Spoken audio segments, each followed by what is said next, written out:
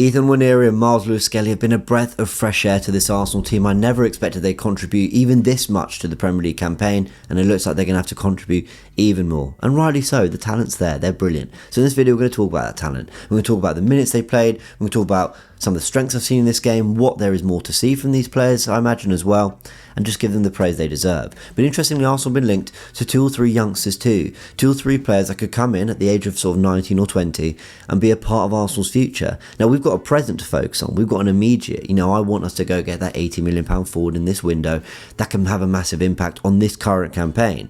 But we should always still be looking to the future. If there's young talents we can add that can grow with these current young players, and we're still a pretty young group anyway, Arsenal's future looks incredibly exciting. So we'll touch on that too a little bit later in this video. But let's go on to analysing Nwaneri and Lewis-Skelly. And the first thing we'll do is talk about the minutes and the appearances they've played. Because like I said, I didn't expect them to play so much football so far this season. Let's go to the first team stats. Look at these Arsenal youngsters. Nwaneri's 17, Lewis-Skelly is 18. I think there's about 6 months between them. Ethan Nwaneri's played 13 Premier League games, which is double Lewis-Skelly's 6. What's interesting is Lewis-Skelly's actually got a few more starts in there. Of course, he got a start, in the Champions League against Monaco. We'll talk about that in a sec, but of course away at Palace as well, at home against Ipswich the other day, was brought on away at the Etihad, was brought on at home against Liverpool, and we had a 2-1 lead to defend. So while you could say that Nwaneri has had sort of double the Premier League appearances, Lewis-Skelly has really been thrust into some key ones when he has been given those games. 3 Champions League appearances each and 3 Carabao Cup appearances each too, with their minutes almost identical at 446 to 438. It does feel like Mikel Arteta is opting to use one and then rest that player to then give the other the opportunity. It feels like he's just going one at a time. I think Lewis-Skelly came on the other day, didn't he, against Brentford away, but Nwaneri had come off the pitch by then. Nwaneri gets his first start in that game, obviously Brentford away, but Calafiori came in for Lewis-Skelly. Now, is that a case of not wanting too many very kind of young, pretty much Premier League debutants in the 11, all at once? I mean, maybe. That's just a theory of mine. And if that was what he was trying to do, I think that's pretty sensible because we do have experience out there on the pitch too, and you probably want to get the balance right. But ultimately, he's trusted him with some big games like Palace away, like Brentford away, like the situation I said Lewis-Skelly's been thrust into. And that's really encouraging because it shows that Mikel Arteta really, really trusts these players. And over the past, Arteta's been criticised for not really trusting youngsters, not really giving them the opportunities. But maybe if the talent's there, it's something to do with how young you are. Arteta will trust you. He just needs to know the quality is there to keep up with the rest of the team. And Lewis-Skelly and Nwaneri have more than shown that. Let's try and analyse a little bit what Nwaneri's done well. We'll talk about Lewis-Skelly as well in a bit more detail in a bit. But let's start with Nwaneri. Now, ignore the 11. This isn't the 11 that's starting against Brentford. I've gone with this 11 for a particular reason, but I'll show you that in a sec. Let's start with just talking about Ethan Nwaneri, Ødegaard and Timber, and this dynamic that's built really nicely on the right hand side. We've already seen it in one game, and unfortunately we're not even going to see it for Brighton because Timber has picked up 5 yellow cards. I'd go for Declan Rice at right back purely because I think he can more accurately replicate the running up and down the channels that has supported our right winger, whether it be Nwaneri or Bukayo Saka, really well over the years. So I would go for Declan Rice, but more on that a little bit later. Let me know your thoughts in the comment section below, who you'd have at right back and whether you keep Partey in midfield. But anyway, so with this right hand side, what I really liked about the Brentford game is, of course, Nwaneri, sorry I'm making a mess of this, of course Nwaneri can play as a bit of a touchline winger with Ødegaard in the pockets and Timber supporting. But we know that this triangle can constantly rotate, and at times we really saw this in build-up from Arsenal. Timber really high and wide up the pitch and Nwaneri in the pockets. Now, I actually did a video on Nwaneri back in the summer saying, look, I know that we need players, but let's not discount what this guy could potentially add to our season. And you know what? Sometimes a video just ages really well, and this one did. Because I talked about Nwaneri basically, yes, looking like he could be a number 10 in the midfield, and that's how Arteta's used him predominantly in the summer and predominantly in some of the starts he has given him in the Cups. But I think he's a player that is really, really suited to playing in that right, that right-sided forward position, being able to drop into the pockets and having support with a playmaker like Ødegaard behind him, Timber overlapping or underlapping too. There we go. And him just getting into these central positions near a goal because we know he's got such a good strike on him. I think this is where we want to see more of him. And we even see this actually when he is playing in midfield. We know he'll step into those positions with a sort of more touchline winger there too. So Nwaneri really feels like someone who can hurt players and hurt teams in that kind of right half space. But again, there's a whole breakdown on it we did in the summer. A lot of it has aged quite well, so go check that video out. I'll leave the link in the description below as well. Now, what have we learned about Ethan Nwaneri? I've got here some of his attributes, and I've gone for his strengths, and then I've gone for his more to see. I don't want to put weaknesses, that'd be really harsh. He's a young player, and we've still got a lot to learn about the player. But let's go through his strengths. His dribbling has been sensational. The way he carries the ball and runs at players, I mean, at 17, I know he's always going to have that talent. That's the kind of player he is. But still, to have the character to kind of show that off in the limited appearances he's had is really, really impressive. And as I've just shown, it's actually not even that limited, the appearances. But still, he's very young and new to all this. Positioning has really impressed me too. His understanding of the role and the way he's linked up play and the understanding of where to be and how to use and support the players around him has been really, really impressive. And his shooting, striking, whatever you call it, sensational. I mean, this is actually something we don't really have much of in the squad. And if we can have someone who, when you get them in and around that, the D of the penalty area and in those kind of more threatening areas where there's kind of a half chance, a half sight at goal, but they can punish you, Nwaneri has that quality. Now, I've got more to see. I've put passing.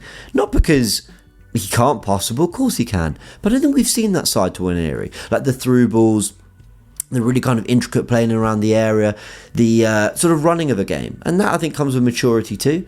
But yeah, perhaps more to see in that front, because the talent on the ball is certainly there. So we get a little bit more of that from Nwaneri, but maybe not while he's playing out the right, potentially more in midfield. Now let's talk about Lewis-Skelly, because we're going to take it back to the tactical panel. If we just move these players back into position, what Lewis-Skelly's done, there's a reason I've gone for Kai Havertz as the third midfielder here when I'm showing this kind of graphic, because what we've seen is Arsenal play with Havertz more recently in the diamond, and Lewis-Skelly tucking into midfield.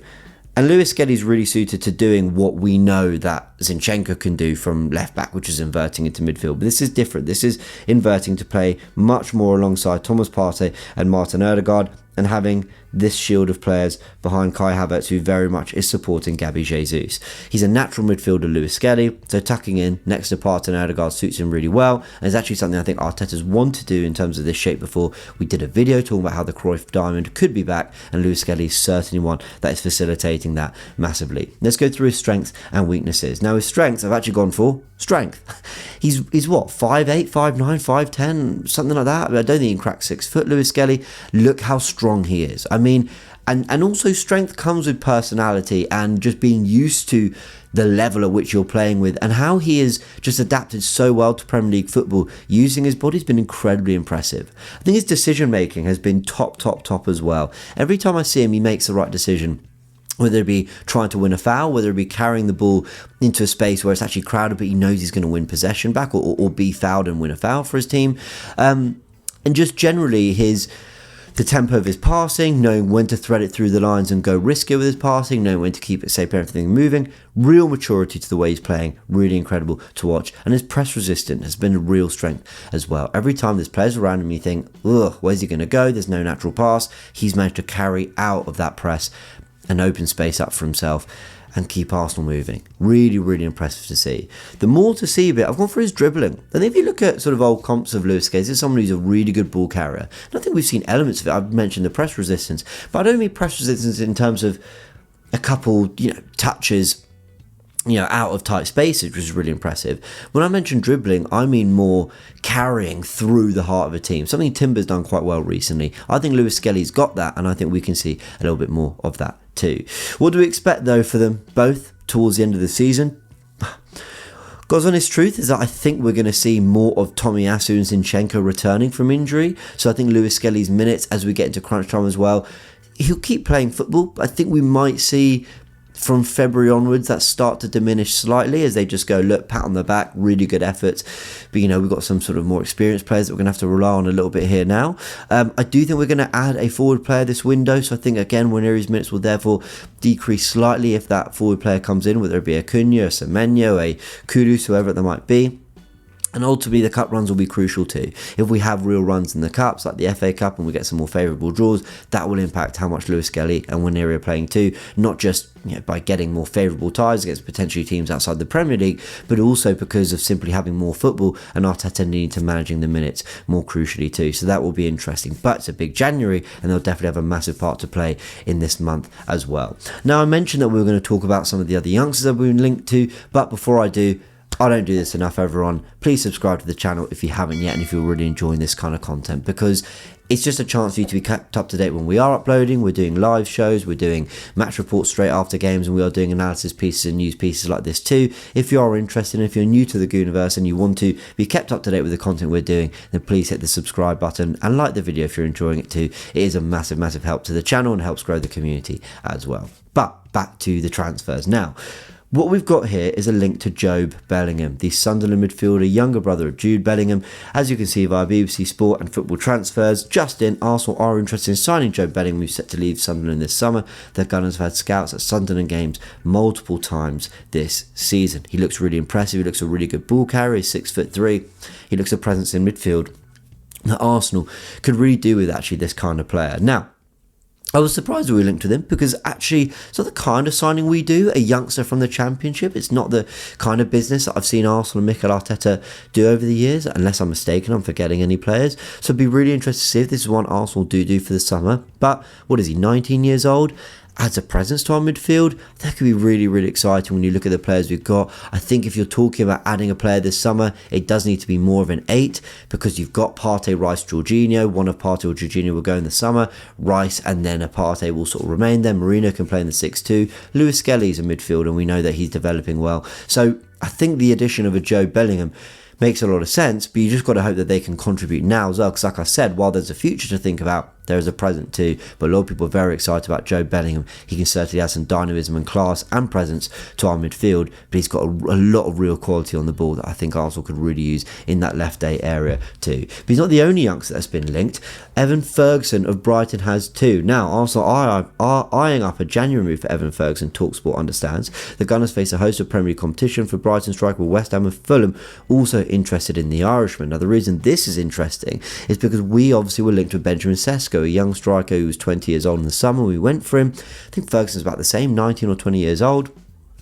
And it's interesting because are Arsenal looking for that younger, more physical profile up front that they can develop while they've still got Jesus and Havertz there a little bit? I don't know. I would like a striker that can come in and contribute immediately, which is why I'm not massively convinced by the Ferguson or Sesko rumours at the moment. But there are concrete reports linking us to those players. There were in the summer with Sesko and there are now for Ferguson. The problem is, do Brighton do a loan deal with us when we're not even sure we're even going to sort of having starting games? The point is he's not getting the minutes he needs at Brighton, so he's probably more likely to go to a West Ham or a Fulham, or maybe other clubs will come in for him too. But it's an interesting one, Ferguson. Look, it's not the signing I want us to make this January, because I think we need something a little bit more proven, a little bit more ready to go for this, current campaign. But he's a talented player, and if Arsenal were looking to add the Bellinghams and Fergusons to this squad while we're trying to look for that decisive 50, 60, 70 million pound winger too, I've got no problem with that. Build for the future by getting this talent in while you're also focusing on the here and now.